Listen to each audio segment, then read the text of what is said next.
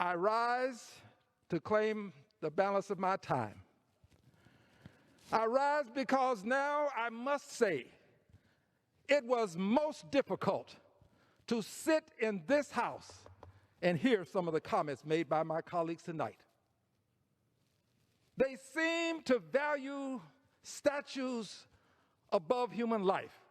All of the vandalism and crimes that have been committed, I don't support that. And I don't think that the protesters who were out there peacefully protesting supported it either.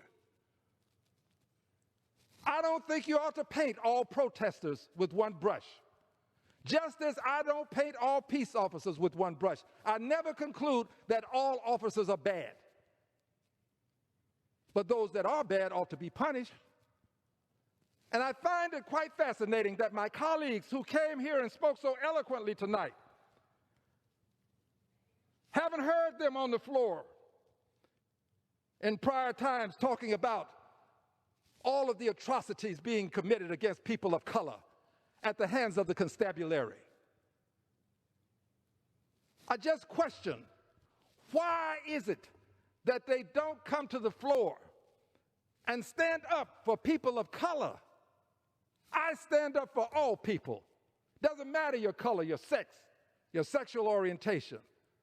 I've been on this floor consistently doing this, but I don't see that from the other side. I see them here for what I call order and law, not law and order. And here's how that works.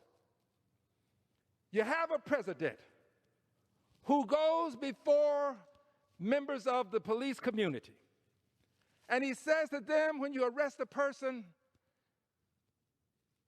you don't have to be so nice. Now, he's talking about a person who's in the care, custody, and control of the police. And that person does not have to be treated so nice. He sent a message. That message was, you maintain order. Do whatever you've got to do. And I'll provide the law to support you. That's order and law. I support law and order. I have an uncle who was a deputy sheriff. He influenced my life. I'm probably in Congress today because of words that he spoke to me. So I support policing. I understand the necessity to have persons who are going to assure us that we can be protected. But what I don't support is a belief that peaceful protesters are all somehow part of a mob. You can peacefully protest and go to jail. I know, I've been there. I was there with the Honorable John Lewis.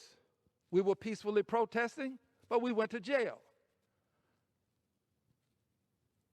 Peaceful protesters go to jail. Peaceful protesters get in the way. Peaceful protesters disrupt. That's what protest is about. If people don't get comfortable, then your protest has accomplished very little. Dr. King was in jail when he wrote the letter from the Birmingham jail. He was peacefully protesting, but he went to jail. It happens. That's a part of the protest movement. And when I went out to protest, knowing that I would likely go to jail, I had somebody to post my bail. Peaceful protest does not mean that you're not disruptive. It means that you have a message that has to be heard, and as Dr. King put it, protests can be the language of the unheard. Peaceful protest especially. So I am here to say to my colleagues, I regret that you cannot see the hurt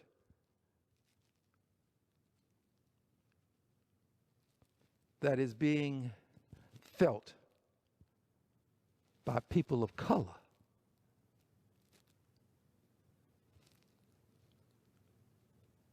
I don't understand why my tax dollars have to support a statue in along some thoroughfare of Robert E. Lee. You can have it. Take it to a museum. Tuck it away for whatever purposes you like. But you don't have to impose it upon me. We don't allow, or more appropriately, Germany does not have statues of Hitler in the public squares. And I refuse to stand by and allow statues of people who wanted to keep my ancestors in chains, in slavery, which is a nice way of saying rape, murder, kidnapping, stripping babies from their parents and sending the parents one way and the children another. It's too nice a word for what happened to my ancestors. So I'm not going to celebrate them. I never have celebrated them, and it's time to remove them. I'm not going to go out and pull one over and push it off into some corner, but I don't see my colleagues helping with a means by which they can be removed, and you take them and put them wherever you'd like to have them. I have no problems with your ownership of them. But don't expect me to celebrate them and have my tax dollars take care of them. There was one in my congressional district,